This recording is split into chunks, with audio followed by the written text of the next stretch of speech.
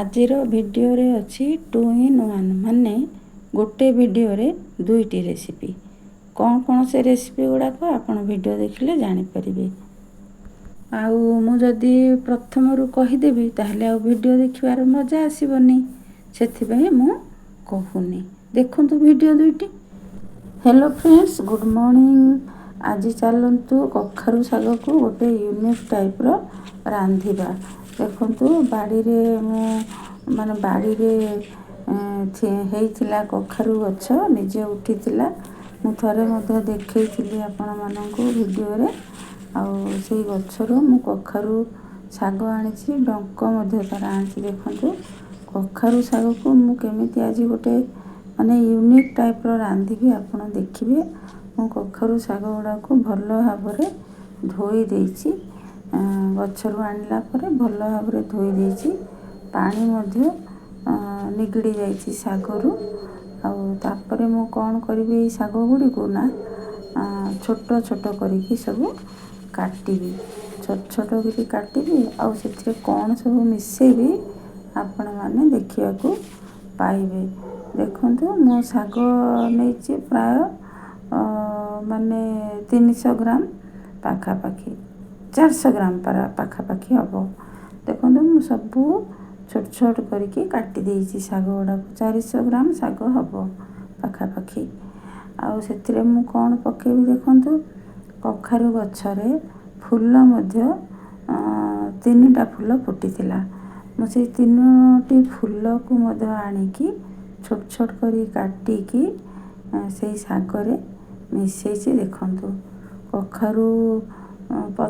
କଖାରୁ ଶାଗ, କଖାରୁ ଫୁଲ, ପୁଣି ବନ୍ଧାକୋବି ମୁଠାଏ, ଟମାଟୋ ବଡ଼ ସାଇଜ୍ର ଗୋଟେ, ଏତିକି ସବୁ ମିଶେଇକି ମୁଁ ଆଜି ଶାଗ ରାନ୍ଧିବି।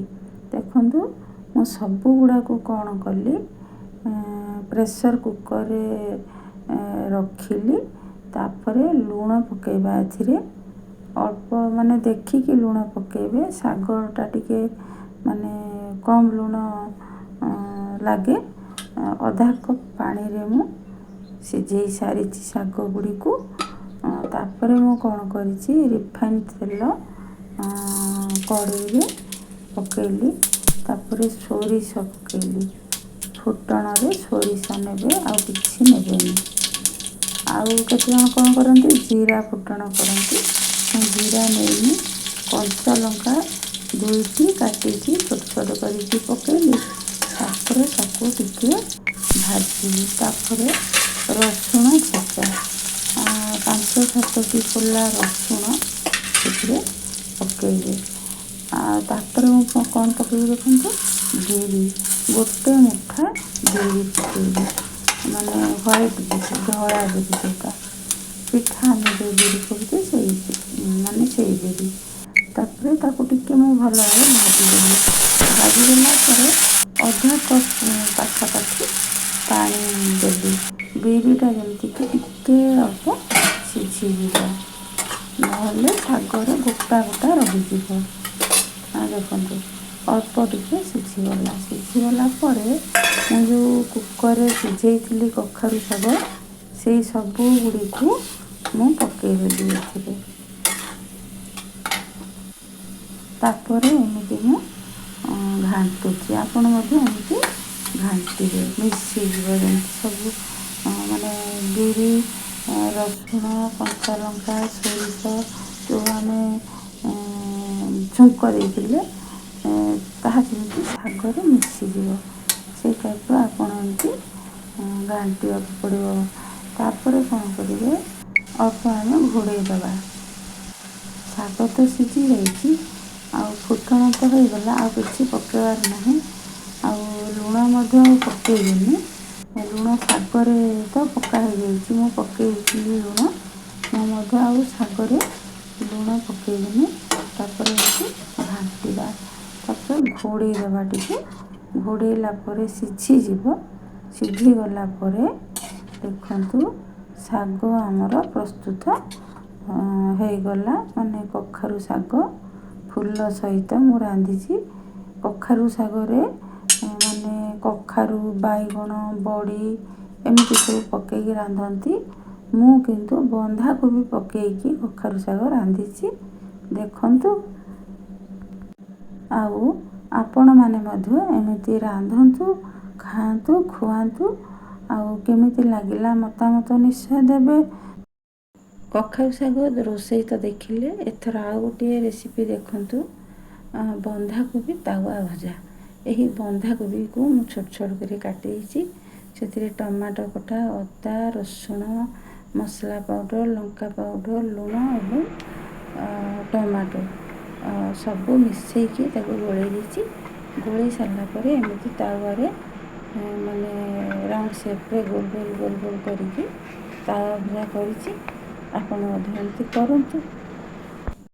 ଦେଖନ୍ତୁ ତାୱା ଭଜା ବନ୍ଧାକୋବି ଭଜା ଗୁଡ଼ିକ କେତେ ସୁନ୍ଦର ସେପ୍ରେ ହେଇଛି, ବହୁତ ସୁନ୍ଦର ଦେଖାଯାଉଛି ମଧ୍ୟ, ଆଉ ଖାଇବାକୁ ମଧ୍ୟ ବହୁତ ଟେଷ୍ଟି ଲାଗିବ। ଆପଣ ଆକୁ ଗରମ ଭାତ କିମ୍ବା ପଖାଳ ସାଙ୍ଗରେ ଖାଇପାରିବେ। ଆଉ ଯଦି ମାନେ ଚା ଜଳଖିଆ ସାଙ୍ଗରେ ମଧ୍ୟ ଆକୁ ଖାଇପାରିବେ। ଯେହେତୁ ବେସନ ପଡ଼ିଛି, ପକୁଡ଼ିର ଟିକେ ଫ୍ଲେଭର୍ ଆସିବ। ଆଉ ଏତିକିରେ ଆଜି ରହୁଛି। ଆପଣଙ୍କୁ ଦୁଇଟି ଯାକ ରେସିପି କେମିତି ଲାଗିଲା କହିବେ, ମତାମତ ଦେବେ। ଆଉ ଯଦି ମୋ ଚ୍ୟାନେଲରେ କେହି ନୂଆ ଥିବେ ତାହେଲେ ସବସ୍କ୍ରାଇବ୍ ଗୋଟେ ନିଶ୍ଚୟ କରିବେ। ମୁଁ ସବୁଦିନ ଯେମିତି କହେ ଆଜି ମଧ୍ୟ କହୁଛି। ଆଉ ଆପଣମାନେ ସମସ୍ତେ ଭଲରେ ଥାନ୍ତୁ, ଖୁସିରେ ଥାନ୍ତୁ, ଆଉ ମସ୍ତ ରୁହନ୍ତୁ। Thank you. ହଁ, ଆଜିର ଲଞ୍ଚ ଥାଳି ଦେଖିବାକୁ ଭୁଲିବେନି। ଦେଖନ୍ତୁ, ଉଷୁନା ଭାତ, ଡାଲି,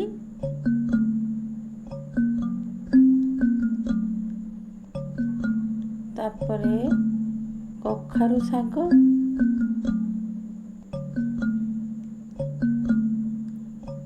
ତାପରେ କ'ଣ ଅଛି ଦେଖିବେ, ସେଟା ମୁଁ ରୋଷେଇ ଦେଖେଇନି ଆଜି, ଟମାଟୋ ଖଟା, ତାପରେ ଲେମ୍ବୁ, କଞ୍ଚା ଲଙ୍କା, ତାପରେ ରହିଲା ବନ୍ଧାକୋବି ତାୱା ଭଜା। ଦେଖନ୍ତୁ ଆଜିର ଲଞ୍ଚ ଥାଳି। ଦେଖନ୍ତୁ ଆଜି କିଛି ମିକ୍ସ ଆଇଟମ୍ କରିନି, ମାନେ ମିକ୍ସ ତରକାରୀ କିଛି କରିନି। ଭିଡ଼ିଓଟି ଦେଖୁଥିବାରୁ ସମସ୍ତଙ୍କୁ ପୁଣି ଥରେ ଧନ୍ୟବାଦ।